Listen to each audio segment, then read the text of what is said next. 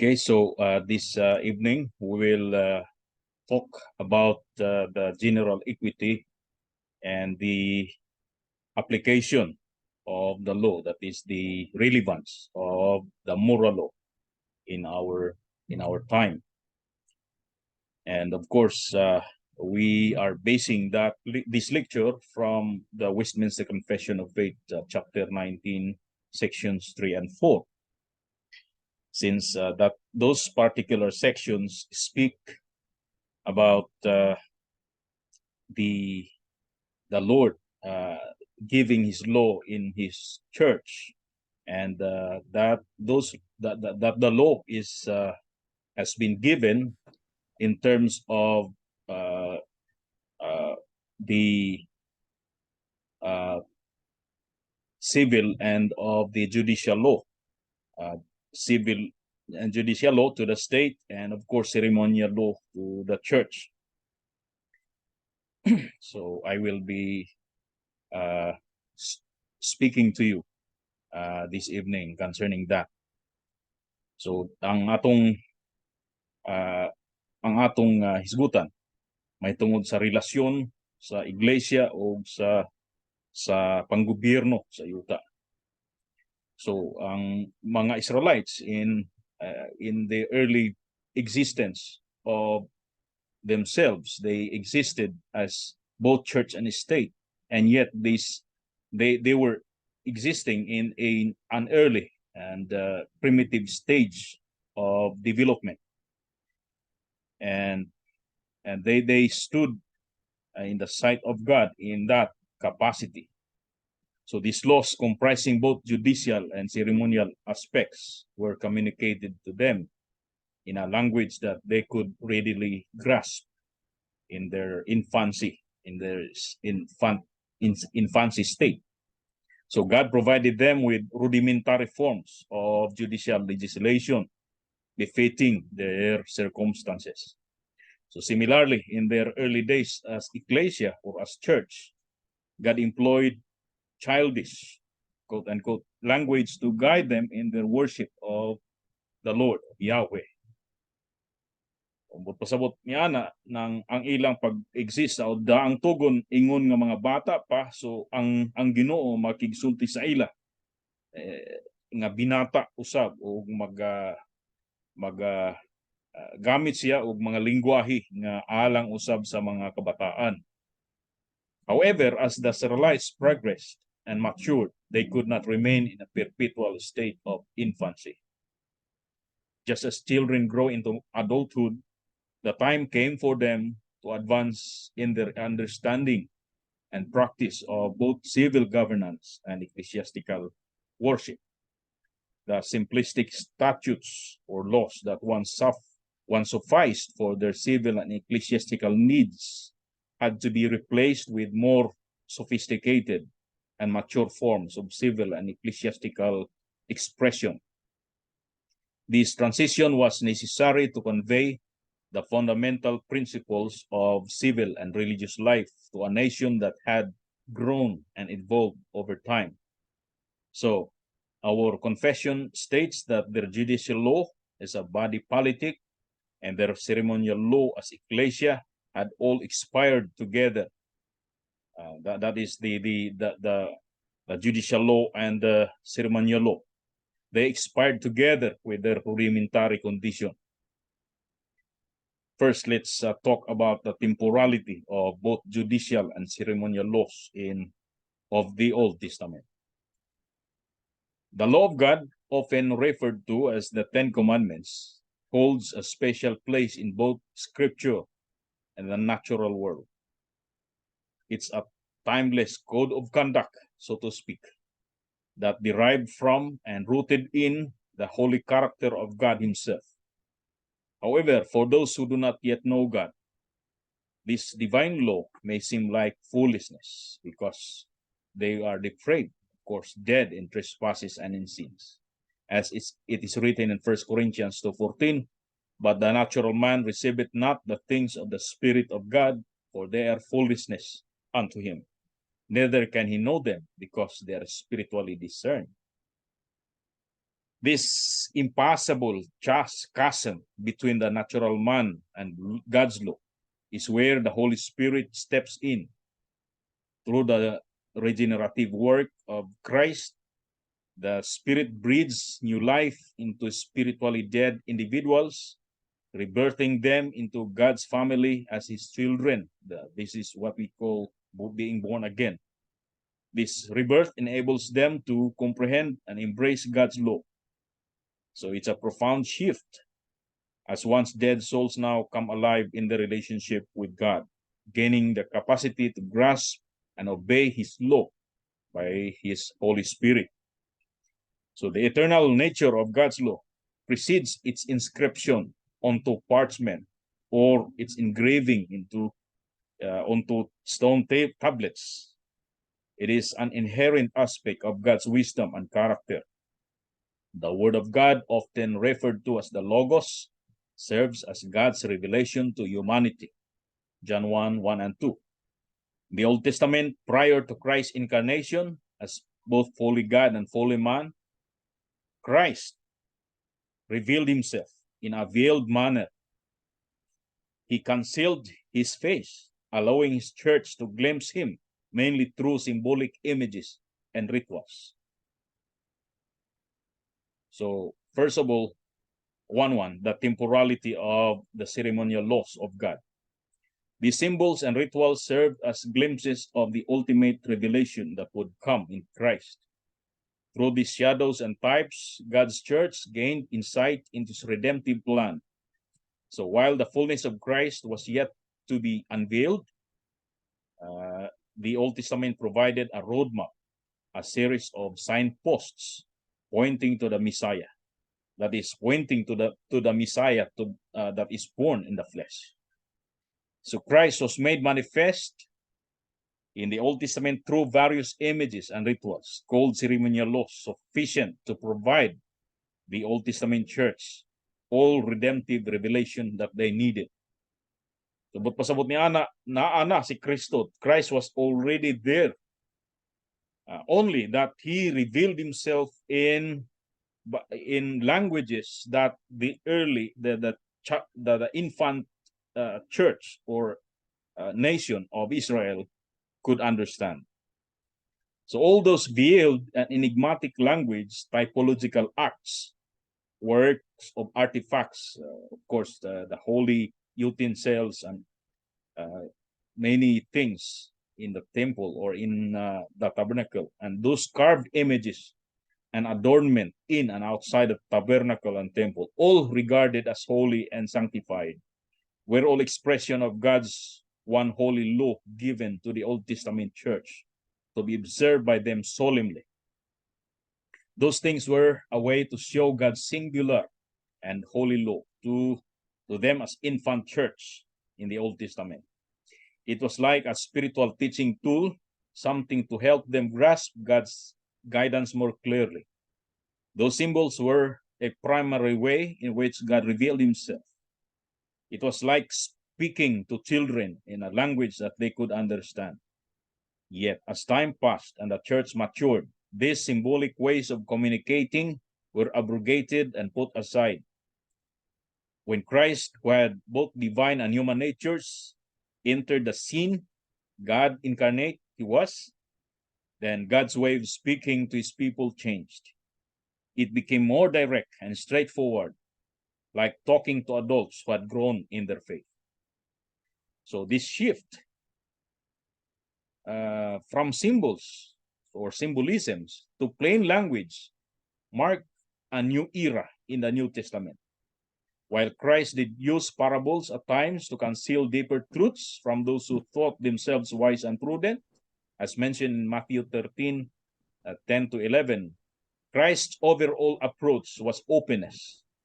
Christ spoke plainly to His followers, not hiding His intentions behind veiled language. He did not lead the church toward symbolisms in the temple.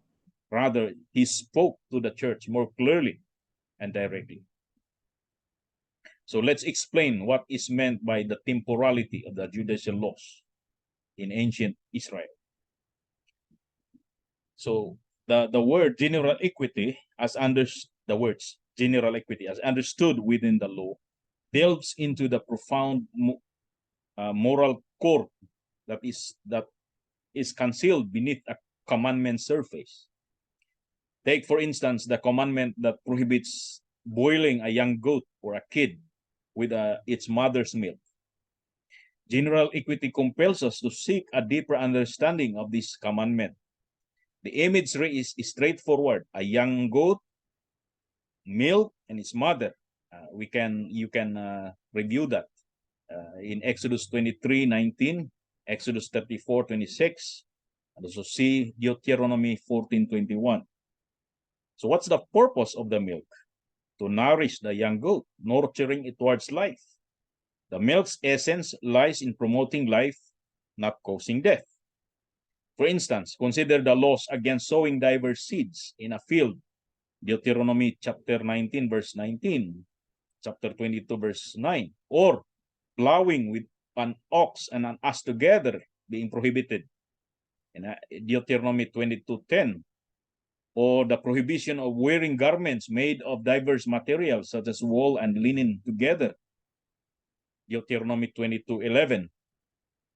So what are the relevance of these laws, and what have they to do with the eternal law of God? They were precepts designed to convey the idea that God's people should refrain from religious and practical promiscuity and pluralism. So these things are given to them in their infancy to train their mind that promiscuity and pluralism are wrong.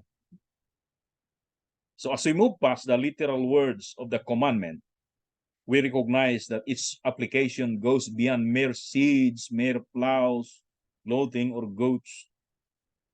They all pertain to all human beings, as humans are inherently more valuable than animals or anything of those kind. Applying the principle of general equity to this interpretation, we see that the literal meaning loses its prominence.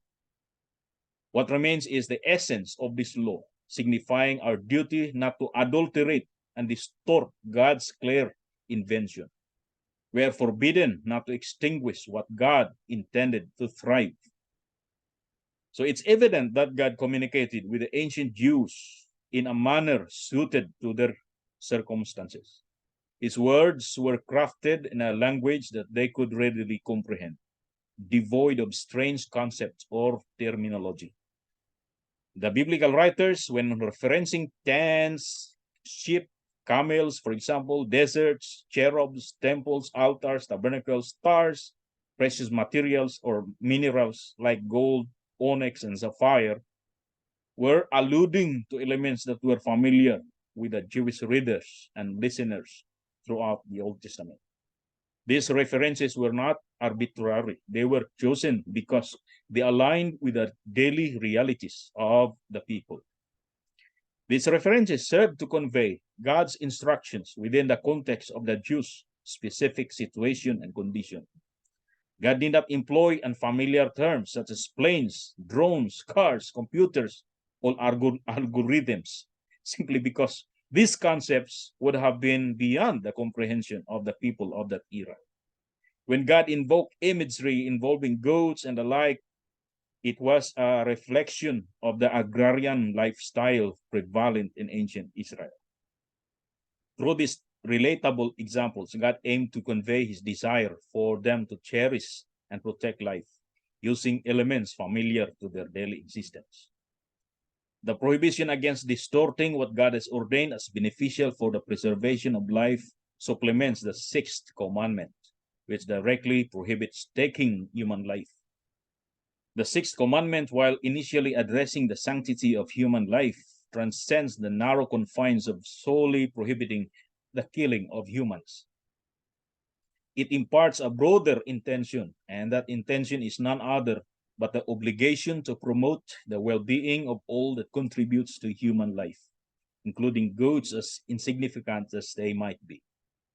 The sixth commandment serves as a reminder that our responsibility extends beyond refraining from taking human life. It obliges us to actively nurture and sustain anything that plays a role in supporting human existence.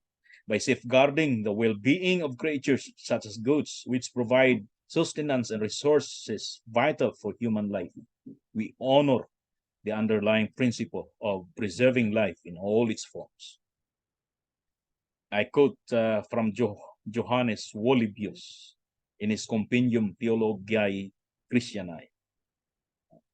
He says, I put in our notes the reference.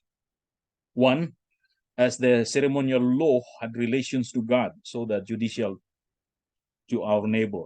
Two, the judicial law binds us in those things that agree with the moral law and were of common right. Three, but what was of private right and commanded for the Jewish commonwealth in particular do no more bind us than the municipal laws of other commonwealths. Hence the confession, besides this law commonly called moral law or moral, God was pleased to give to the people of Israel as a church under age ceremonial laws containing several typical ordinances, partly of worship, prefiguring Christ, his graces, actions, sufferings, and benefits, and partly holding forth diverse instructions of moral duties. All which ceremonial laws are now abrogated under the New Testament. To them also, as a body politic, he gave sundry judicial laws, which expired together with the state of that people, not obliging under any now, further than the general equity thereof may require. Now, we should understand when the Westminster Confession, the Westminster Divines, rather, when they mention the general equity, we should understand that in the context of what the English people understood in the 16th or 17th centuries. So in the context of the 17th century English law, general equity referred to a principle of fairness and justice that could be applied when the strict application of common law or statutes would lead to an unjust or unfair outcome. General equity was a concept rooted in the idea that the law should not be rigid or inflexible, but should instead be adapted or adaptable to ensure justice in individual cases. During this time period, the English legal system was based on common law principles, which relied heavily on precedent and established legal rules. However, judges recognized that there were situations where strict adherence to these rules could result in injustices. In such cases, they would apply the doctrine of general equity to ensure a fair and just outcome. General equity allowed judges to consider the specific circumstances of a case and make decisions based on a sense of fairness and moral principles, rather than being bound by strict legal precedent. It provided a degree of flexibility in application of the law to prevent harsh or unjust outcomes. So it should be noted that the concept of general equity has evolved over time, and its application has varied in different legal systems and historical periods. Today, in our period, the principles of equity are often incorporated into modern legal systems to provide remedies and solutions when the strict application of the law would be unjust. One of the most famous English jurists associated with the concept of general equity is Sir Francis Bacon. Bacon was a prominent figure in the early 17th century, and his writings on law and equity had a significant influence on the development of the legal system. In his work titled The Elements of the Common Law of England, published in 1636, Bacon discusses the idea of general equity and its role in the legal system. Here is a relevant quote from that work. I quote from a PDF edition. You will see that on the footnote. But now it is to be noted, he says, that this rule is the last to be resorted to and is never to be relied upon, but where all other rules of exposition of words fail, and if any other came or come in place, this giveth place. That is a point worthy to be observed generally in the rules of the law, that when they encounter and cross one another in any case, it be understood which the law holdeth worthier and to be preferred. And it is in this particular very notable to consider that this being a rule of some strictness and rigor, doth not as it were its office, but in absence of other rules which are of more equity and humanity, which rules you shall afterwards find set down with their expositions and limitations. In this passage, Bacon describes general equity as a supplement to the law, not in conflict with it, but rather serving to fill in gaps and address situations where the law might be deficient. He emphasizes that general equity aims to achieve justice and often takes into account specific circumstances and individuals. Now, another figure is Sir Edward Coke. Sir Edward Coke was a prominent English jurist of the 17th century. We have the story of the commissioners of sewers who levied an 8-shilling fee on a man named Carter, for each acre of his land adjacent to the river Thames. The purpose was to fund the maintenance of the riverbank, preventing it from collapsing and causing floods. They imposed this assessment due to a long-standing obligation tied to the ownership of his lands. But interestingly, there were numerous landowners in the same predicament, yet the commissioners didn't impose any fees on them. So, Coke in his analysis contends that Justice Walmsley of the Common Pleas argued that even though the prescription existed, the statute mandated that the commissioner should have distributed the costs among all the benefiting from flood prevention, those that benefited, not just the owner of the riverbank. In his Judicial Review published in 1598, Coke says this: cases of equality grounded upon reason and equity, ipsae etinem leges copiot aut juri ligantur, and notwithstanding the said words of the said commission, give authority to the commissioners to do according to their discretions. Yet their proceeding ought to be limited and bound with the rule of reason and law. For discretion is a science of understanding and discern between falsity and truth, between right and wrong, and between shadows and substance, between equity, now here he mentions equity, and colorable glosses and pretenses, and not to do according to their wills and private affections. As one saith, talis discretionem confundet. Historically, the concept of equity of the law was closely tied to the development of equity jurisprudence in England. Equity developed as a separate branch of the legal system to address situations where the strict application of common law rules might lead to injustice. Here's another example. We have here the equitable relief in property disputes. In medieval England, the common law recognized strict legal rules governing property rights. If someone wanted to recover property in accordance with common law, they had to meet the specific legal requirements, which sometimes led to harsh outcomes. So, for example, Mr. A had a legal right to land, but Mr. B was in possession of it due to a technicality. Under the common law, Mr. B might be entitled to keep the land because the common law grants him that power of ownership. However, if Mr. A could show that it would be unjust for Mr. B to keep the land, Mr. A should or could seek equitable relief in the court of chancery, the another court. This was another court different from the common court, an equitable court in England. The court of chancery could order Mr. B to transfer the land to Mr. A based on principles of fairness and conscience, even if the strict common law rules would have favored Mr. B. So this example demonstrates the application of equity to remedy situations where the common law might not provide a just solution. The Court of Chancery developed a body of equitable principles that allowed it to provide remedies based on fairness, which was referred to as equity. This equitable approach became an essential part of English law, and it helped mitigate some of the rigidity of the common law.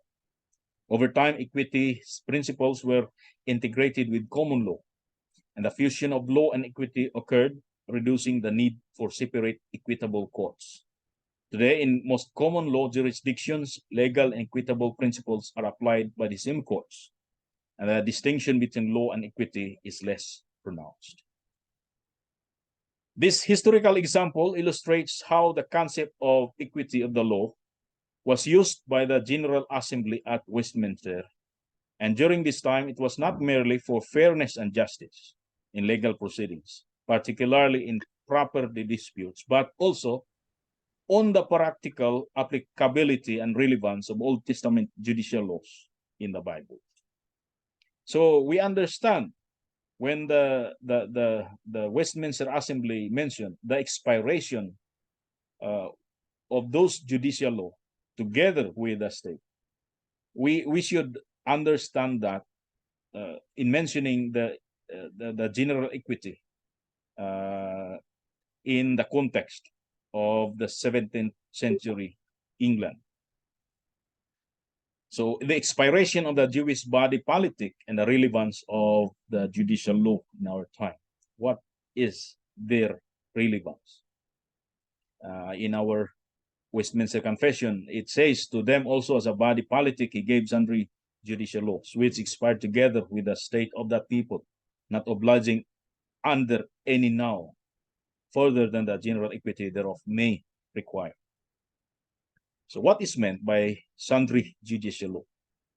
First, they likely understood, in accordance with the common usage of the word equity, that it did not pertain exclusively to property rights, but extended to encompass everything that transcends the mere letter of the biblical laws. The term general equity likely referred to the essence or spirit of the law. Second, the language employed in the Westminster Confession as framed as sundry judicial laws, which ceased to apply with the dissolution of the Old Testament Jewish civil government.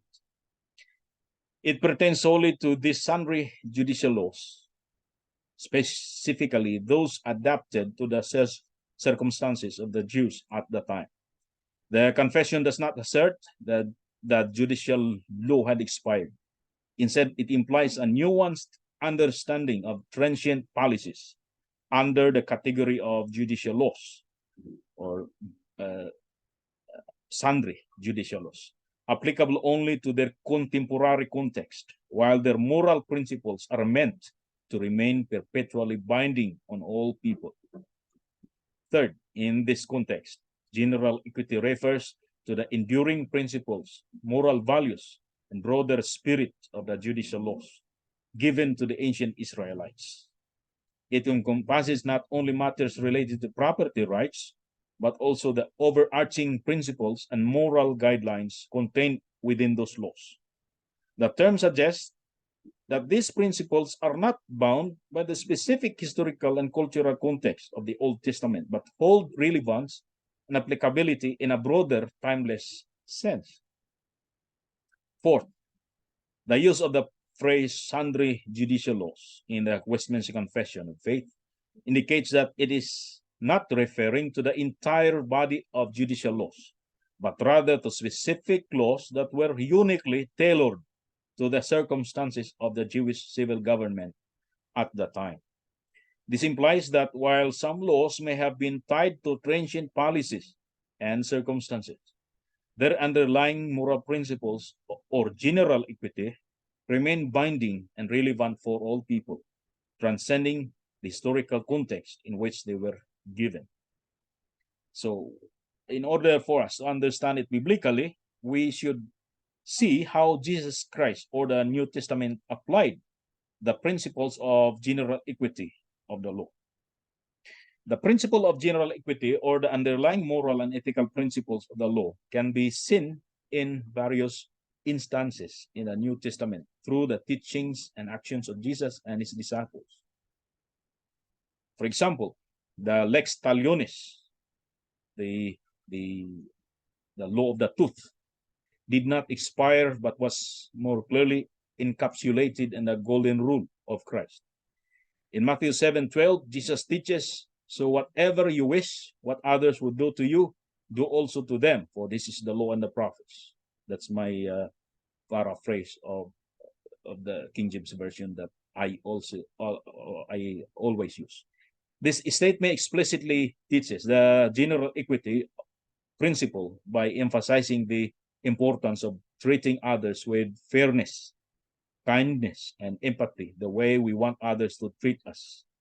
Jesus often spoke about forgiveness, emphasizing the need to forgive others as we desire also to be forgiven. This aligns with the general equity principle of mercy and justice found in the Old Testament. For example, in the Lord's Prayer, Matthew 6, chapter 6, verses 9 to 15, Jesus teaches about forgiveness, linking it to our need for God's forgiveness. So another is the Sabbath principles. Jesus challenged the rigid interpretation of the Sabbath laws in the Old Testament by highlighting the principle of mercy and love. Mark chapter 2, verses 23 to 28, when his disciples plucked a grain on the Sabbath. And in Luke chapter 13, verses 10 to 17, when he healed on the Sabbath, Jesus emphasized what we can do on the Sabbath day, not on what we cannot do. Thus, on this day, we're enjoined to get rested from our labors, not the prohibition to exercise charity and mercy. This is a true interpretation of the fourth commandment in the light of loving God first and foremost and loving our neighbors. Matthew 22:39, Leviticus 19:18. Now, how did Jesus understand the application of the law of Levitical cleanness in the parable of the Good Samaritan? The Levites and the priests were prohibited from touching cadaver or from touching dead bodies. In Leviticus 21:1, 11, 17, and 18, we read, "And the Lord said unto Moses, Speak unto the priests, the sons of Aaron, and say unto them, There shall none be defiled for the dead among his people. Neither shall he go in to any dead body, nor defile himself for his father or for his mother. Speak unto Aaron, saying, Whosoever be, or he be of thy seed in their generations that hath any blemish, let him not approach to offer the bread of his God. For whatsoever man he be that hath a blemish, he shall not approach a blind man or a lame or that hath a flat nose or anything superfluous." Now, in the parable of the Good Samaritan in Luke chapter 10, verses 30 to 37, Jesus illustrates how the priests and the Levites misunderstood that specific law. By avoiding defilement through contact with a dying man, the priest and the Levite neglected the weightier aspect of the moral law, that is, of loving one's neighbor. Conversely, the Samaritan fulfilled a greater law, Leviticus 19:18, by assisting a wounded stranger. This story serves as an example of the general equity principle in the application of Old Testament ceremonial and judicial law. So, actually, sa mga pag-narrate ni ini sa uban, kasagaran ang ilang makit-an lang is kanang istorya. Pero ang background ni ini nganong ang pari kay ang pari ug ang libita igo lang ni sa dihang ilang nakit-an ang usa ka tawo nga gikan sa Jerusalem ni agi sa moong dalan. Unya dunay Samaritano nga nakakita niya na mura na makita nila. O kasagaran nga ang ug na makita nato nga ang libihanon o ang pari iyang gipasagdan ang tao nga himalatyon na ug wala niya gitandog ang lawas. Kaya nga no hadlok siya nga mahugawan siya kay gidili sa ila ang paghikap sa mahugaw. Pero di ay, ang makita nimo nga ang mas dako-dako nga balaod ang paghigugma sa atong silingan kung iya na unta nga gihimo naka-fulfill siya sa maong balaod. So same with the Apostle Peter. He had a vision that truly applies the traditional dietary laws. This event is recorded in Acts 10:9-16 and Acts 11:1-18. This particular story illustrates the application of the general equity principle with dietary laws. According to Leviticus 11:46 and 47, this is the law of the beast and of the fowl and every living creature that moveth in the waters, now every living creature that creepeth upon the earth, to make a difference between the unclean and the clean, and between the beast that may be eaten and the beast that may not be eaten. Now, in Peter's vision, he saw a sheet descending from heaven with various animals, including those considered unclean under the dietary laws of Leviticus 11. A voice told Peter to kill and eat, but Peter hesitated because he had followed the Jewish dietary restrictions in his entire life. However, the voice in the vision responded by saying, "What God has made clean, do not call common." This command on the clean and unclean, therefore, on Leviticus 11, was not merely about dietary matters, but had a deeper spiritual significance. It symbolized the spiritual purification of God's people and his plan to extend salvation and the message of Christ to the Gentiles, who were traditionally considered unclean by Jewish standards.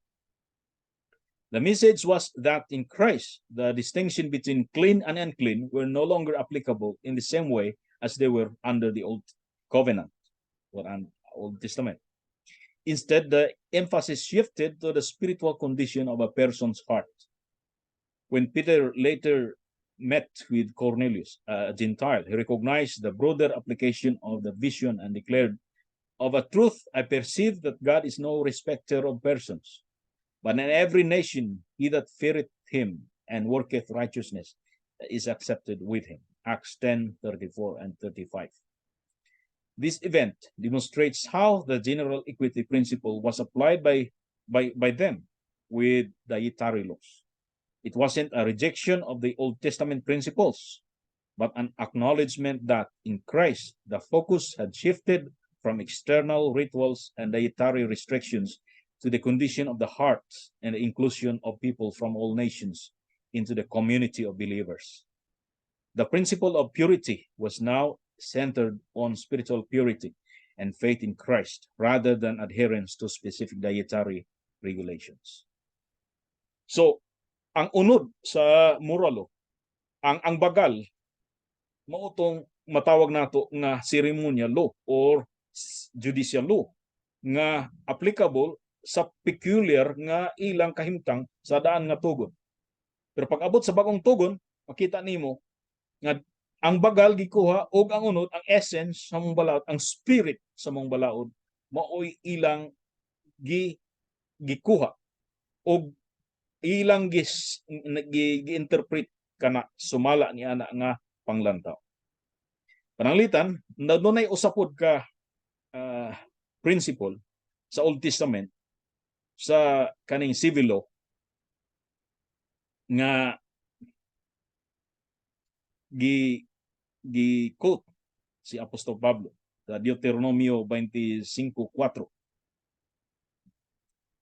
Now, let's see that Paul here applied the general equity principle in the New Testament. This principle can be found in 1 Timothy 5:18, where Paul writes, "For the scripture saith, Thou shalt not muzzle the ox that treadeth out the corn, and the laborer is worthy of his reward." In this passage, Paul combines two quotations, one from the Old Testament, Deuteronomy 25:4, and one from the New Testament, Luke 10:7, to support the idea that those who labor in ministry should receive fair compensation, just as the ox that works in the field should not be prevented from eating the grain it was helping to produce. So Paul's use of this Old Testament principle illustrates how the general equity of Old Testament laws can be applied to contemporary situations, while the specific context of not muzzling an ox might seem unrelated to paying pastors or workers in ministry. Also, the underlying moral principle, those who work and contribute for the well-being of a community should receive fair and just compensation for their labor. So ingana ang pagsabot sa general equity sa bagong tugon. Giunsa nila pagkuha ang general equity gikan sa civil o sa judicial law o gikan sa civil law sa Old Testament. So in essence, the Westminster Assembly appears to recognize that while certain specific judicial laws may have become obsolete with the dissolution of the Old Testament Jewish civil government, the underlying moral principles contained within these laws or their general equity retain the relevance and applicability as guiding principles for ethical conduct and justice applicable to people beyond the specific historical context of ancient Israel. Any question?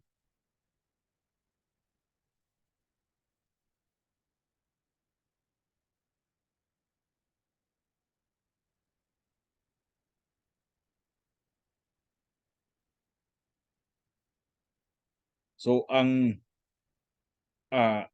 diha sa atong pagsabot sa general equity, wala nagpasabot nga gisalikway ang mismong unod sa moral law sa daang tugon. Pwede nga i-apply sa atong sirkumstansya sa Pilipinas o bisan asa nga lugar, as long as ang essence sa moral law mo'y atong gi-aplikar sa atong modern nga sitwasyon.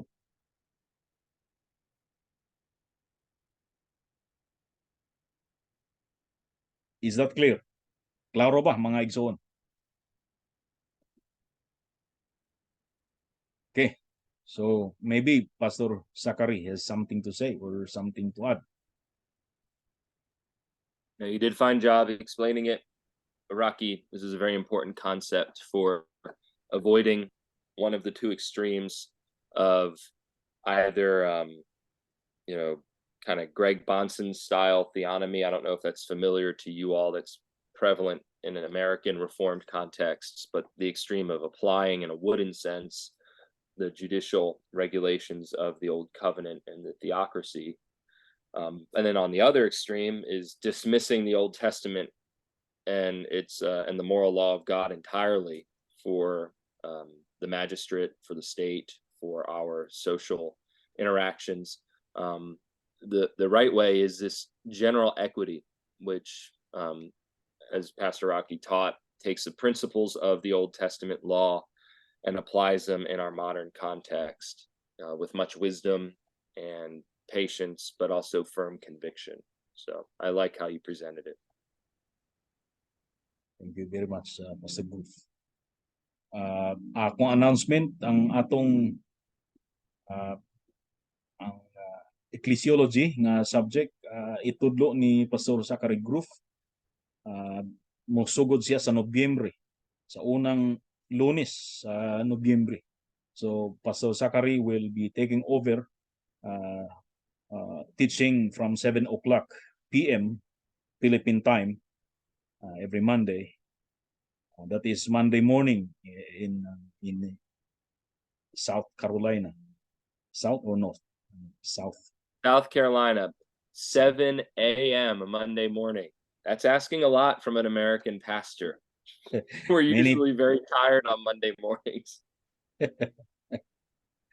Well, some pastors are golfing during Monday morning. I don't know. Most of them are just struggling to get out of bed. I generally preach Sunday evenings, and so Sundays tend to run a bit late for me as we have people over to our house after I preach, and of course I'm tired from preaching, and then but if I set my alarm and I'm looking forward to teaching you all, I should be fine. So we'll start that. I think the first week in November is my plan, and do 10 weeks together. If we get interrupted during that, I'm not going to shortchange you or make it less than 10 weeks, we'll get it all through. But I'm very excited to prepare the material and to present it to you. I think that we'll have a very good experience together, digging into what God's word says about the government of the church and how Jesus runs the church, in the words of one very good author. Amen. Amen. Okay, so let's close our session this evening. May I request Pastor Zachary to close us in prayer. Be my pleasure. O Lord our God, it is in Christ that we make our approach to your throne of grace. He is our perfect high priest who laid down his life to purchase for us an audience with you and to make it possible for us to call upon you as children calling upon their heavenly Father. And we pray by your Spirit who guides us by your word, and we ask that you would impress the truths of your law upon our heart. Make your law a delight to us, O Lord. Pray that you would bless Pastor Rocky and the other men on this call, prospering them physically, even as you prosper them spiritually. We pray that you would grant great success to their efforts in evangelism and discipleship and the right ordering of your church. Please grant much grace to this effort for instruction in the Lord's seminary, and may your kingdom go forth in the Philippines, here in South Carolina, and even around the world. In Christ's name we pray. Amen. Amen. Blessings to you, brothers.